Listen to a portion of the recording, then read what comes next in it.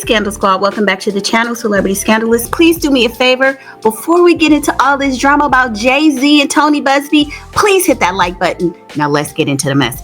Okay, you guys, so we thought it was all done. Tony Buzbee dismissed the lawsuit against Jay-Z and Diddy, claiming that they had done something to the 13-year-old girl. Then Jay-Z fired back and sued Tony Buzbee for defamation, and then that lawsuit was dismissed as well. But y'all, listen to this. Okay, it says Jay-Z's legal war isn't over. New federal lawsuit claims Tony Buzbee and Jane Doe cost him $170 million in deals. So last week, the headlines were buzzing with claims that celebrity attorney Tony Buzbee had beaten Jay-Z in court.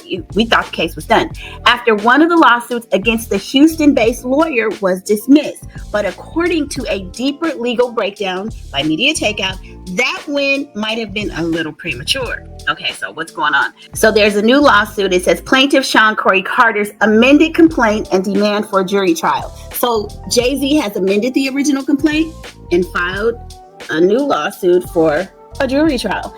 Because while one lawsuit may have been tossed, Jay-Z still has an active federal case. And it's not just about reputation. It's about serious money and alleged deception that the billionaire mogul claims derailed his business empire.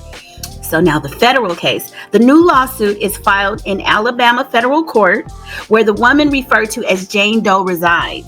According to the explosive filings, Jay-Z's real name, Sean Carter, accuses Tony Buzbee, Jane Doe, and other defendants of orchestrating a false sexual assault lawsuit against him with devastating financial consequences.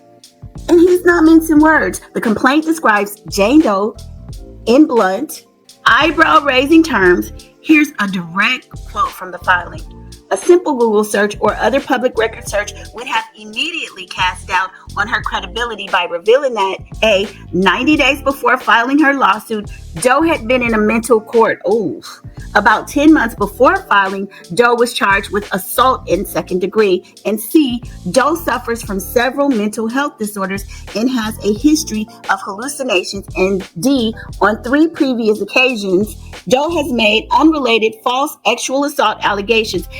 Sounds like Tony Buzbee didn't do his due diligence when he took her on as a client, and that could be a problem. So then they go on to post some of the allegations in the court document, and it says, how did they allegedly find Jane Doe? This is where the plot thickens. Jay's team claims that Tony Buzbee worked with a company called Reciprocity, a lead generation firm that allegedly scouted potential plaintiffs using AI-generated advertisements on Facebook and Instagram, including unsettling images showing Sean Diddy Combs in a jail cell to bait attention. Oh my goodness, this is terrible. These ads allegedly funneled people to a call center in Montana where they were vetted as potential clients. Jay-Z's lawsuit claims this method helped fabricate the lawsuit that Jane Doe would eventually file. So now they're kind of saying that they lured people with this false, advertisement to get them to make claims against Jay-Z. That's brutal. That's bad. The financial fallout. Jay-Z isn't just seeking damages for a bruised reputation. He's alleging serious financial harm. Now, if you guys remember, a lot of companies did pull out of sponsorships with Jay-Z and Beyonce due to some of these allegations. I mean, I can't remember the list, but there was a list of about 10. He says the false lawsuits led to him being denied a $55 million personal credit line. He also claims his consumer brand company, in which he holds a 50% stake, was denied a $150 million business loan as a direct result of the negative press surrounding the allegation. That's $170 million in missed opportunities. So what's next? While Jay-Z's team is remaining tight-lipped publicly, insiders say he's out for blood and plans to fully pursue this case. Tony Buzbee, meanwhile, has not commented directly on the federal filing, but has previously defended his tactics in other high-profile lawsuits.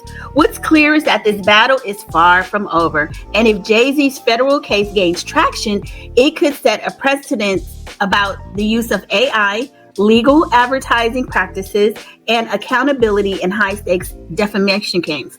One thing's for sure, Hov isn't backing down. Now, another thing I remember is that when all of these allegations were made, I don't know if you guys remember, but Blue Ivy and Beyonce were in the Lion King. They had, this new Lion King movie was coming out, and the movie didn't do as well as initially thought, right? And so a lot of people blamed, because remember when, I think the same day that the lawsuit was lodged or went public, Beyonce, Blue Ivy, and Jay-Z did like a red carpet. And people are saying that because of his presence and because that came out on the same day, that the negative publicity affected the premiere of The Lion King. And the movie didn't do as well as they thought. And they're blaming it. Some people blamed it on Jay-Z's attachment and affiliation with the movie. So, I mean, I could see where Jay-Z feels like he was largely impacted financially because of these lawsuits.